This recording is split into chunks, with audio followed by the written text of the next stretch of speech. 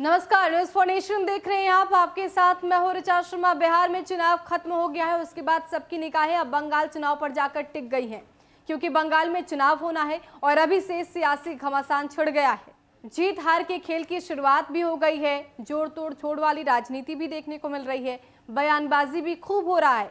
इन सब के बीच अमित शाह की रैली ने वहां पर सियासी बवाल मचा दिया, खूब चर्चा हो रही है। और दूसरी तरफ ममता बनर्जी ने अपने रणनीतिकार प्रशांत किशोर के साथ हल्ला बोलने की तैयारी कर ली है। लेकिन इन सब के बीच अब प्रशांत किशोर ने एक बड़ा दावा कर दिया है। उन्होंने कहा है कि बंगाल चुनाव में बीजेपी 2 डिजिट भी हासिल नहीं कर पाएगी, और अगर ऐसा होता है, बीजेपी 2 डिजिट हासिल कर लेती है, तो मैं सोशल मीडिया से ट्वीट कर लूंगा। दरअसल उन्होंने ये बात जो है वो ट्विटर हैंडल से कही और ये कहा कि आप इस ट्वीट को संभाल कर रखिए, रिकॉर्ड कर लीजिए, इस ट्वीट का स्क्रीनशॉट ले लीजिए। अगर बीजेपी 2 डिजिट अपनाने में कामयाब हो गई तो मैं ट्वीट कर दूंगा। तो अब प्रशांत किशोर के इस दावे के बाद वहां की सियासत गर्मा गई है। आपको बताते हैं कि प्रशांत किशोर ने हूबहू क्या कुछ लिखा है। बंगाल में चुनाव से पहले अमित शाह के रोड शो से खलबली मच गई। मुख्यमंत्री ममता बनर्जी के चुनावी रणनीतिकार प्रशांत किशोर ने बीजेपी को लेकर बड़ा दावा कर दिया। प्रशांत किशोर के मुताबिक अमित शाह का बंगाल दौरा मीडिया की बनाई हुई छवि है।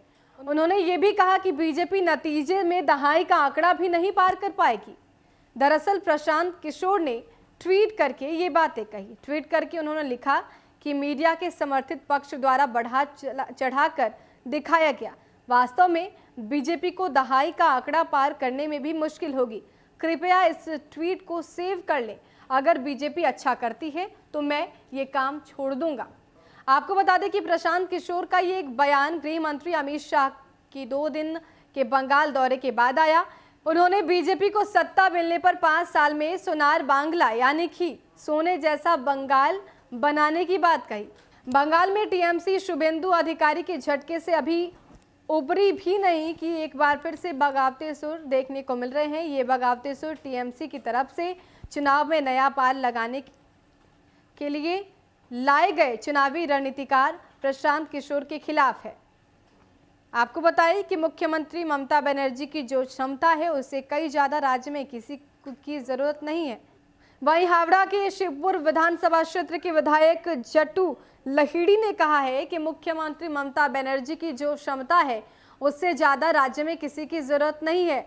लोगों ने उन पर विश्वास किया कि वो उनके साथ खड़ी हैं, इसलिए बाहर से किसी को लाने की ज़रूरत नहीं है। मेरी निजी धारणा है कि प्रशांत किशोर को लाने के बाद से हमारे दल को बहुत ही क्षति पहुंची।